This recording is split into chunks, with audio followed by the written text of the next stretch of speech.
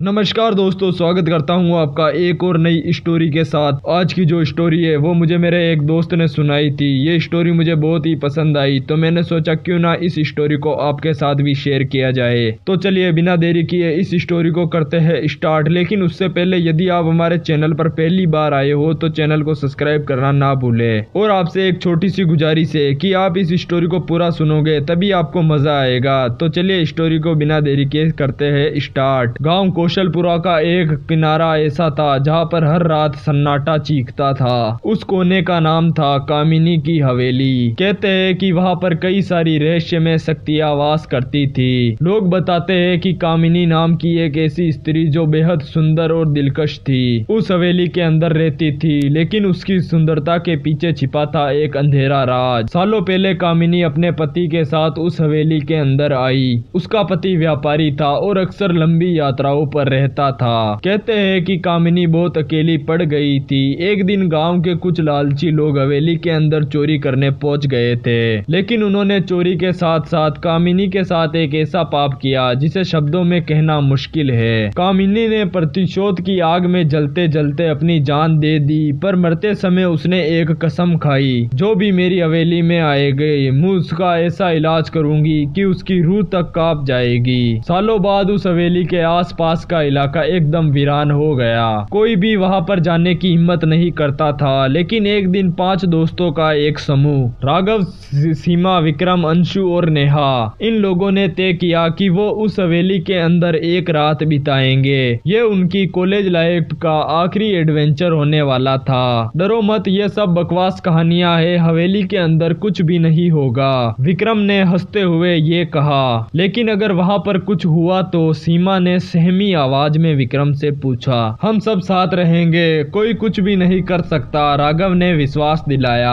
रात का समय था, चारों तरफ घना अंधेरा और हवा में एक अजीब सी सर्दी थी। जैसे ही वो लोग हवेली के अंदर गए, दरवाजा अपने आप पीछे से बंद हो गया। यहाँ पर तो अजीब सी महक है, नेहा ने कहा। शायद यहाँ पर कोई जानवर होगा, आशु ने जवाब दिया। हवेली के अंदर का माहौल एकदम डरावना था और दीवारों पर अजीब से चित्र बने हुए थे और फर्श पर खून के सूखे हुए दाग थे। तभी अचानक से उन लोगों को एक धीमी हंसी सुनाई दी। तुम लोगों ने मुझे क्यों जगाया? एक धीमी पर भयानक आवाज गूंजी। सभी लोगों ने इधर उधर देखा, लेकिन उन्हें कुछ भी दिखाई नहीं दिया। तभी विक्रम ने देखा कि एक पुराना शीशा दीवार के ऊपर लटक रहा है। उस शीशे में कामिनी की परछाई दिखाई दी। उसके लंबे काले बाल, लाल आंखें और खौफनाक हंसी को देखकर सभी के होश उड़ गए। कामिनी ने कहा, तुम लोगों को यहाँ पर नहीं आना चाहिए था। दर्पण से अचानक खून बहने लगा और चारों तरफ चीखें गूंजने लगी।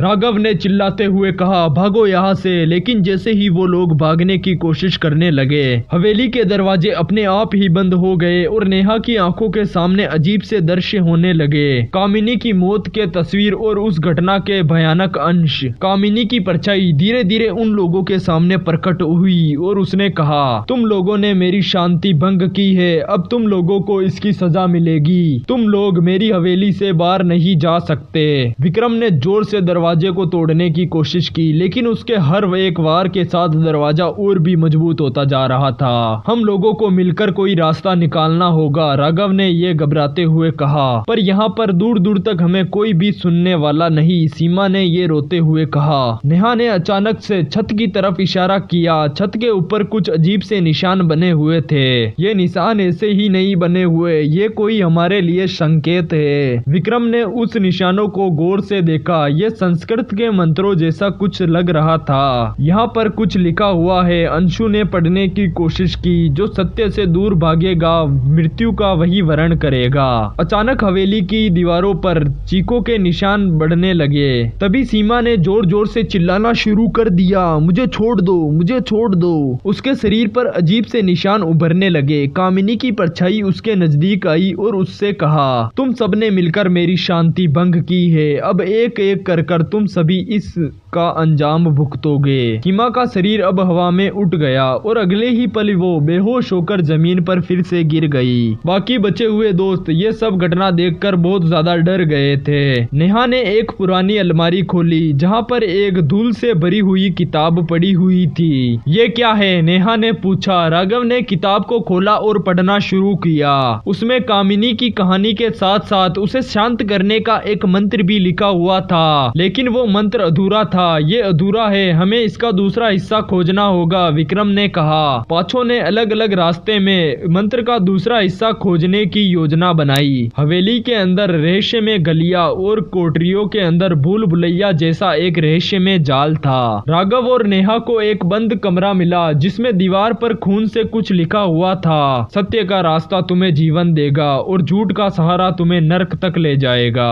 विक्रम और अंशु को तेकाने के अंदर एक अजीब सी मूर्ति मिली। मूर्ति के पास में एक ताबीज रखा हुआ था। ये ताबीज शायद से कामिनी की आत्मा को रोक सकता है, बड़े प्यार से अंशु ने कहा। सीमा जो अब बेहोश हो चुकी थी, उसने एक अजीब सा सपना देखा। उसने अपने दोस्तों को बताया कि कामिनी की आत्मा अब भी अपने पति का इंतजार कर रही है। उसका पति वापस कभी लौट कर नहीं आया, वो अभी भी अपने पति को पाना चाहती है, सीमा ने कहा। तभी कमरे की दीवार पर कामिनी की तस्वीर उभरने लगी। उस तस्वीर में उसके पति का चेहरा भी साफ तरीके से दिखाई दे रहा था। क्या इसका ये मतलब है कि हमें उसके पति से जुड़ा कोई सबूत खोजना होगा? नेहा ने सभी से पूछा। हवेली अचानक से हिलने लगी। हवेली की सारी दीवारें अचानक टूटने लगी। तभी अचानक से एक दरवाजा प्रकट हुआ। यह दरवाजा हमारी मुक्ति का रास्ता हो सकता है, ऐसा राघव ने कहा। लेकिन जैसे ही उन लोगों ने दरवाजे को खोला, कामिनी की आत्मा वहां पर प्रकट हो गई। कामिनी की आत्मा ने कहा, तुम सबको यहाँ से कोई भी नहीं बचा सकता। कामिनी ने हवेली को अपने नियंत्रण में ले लिया।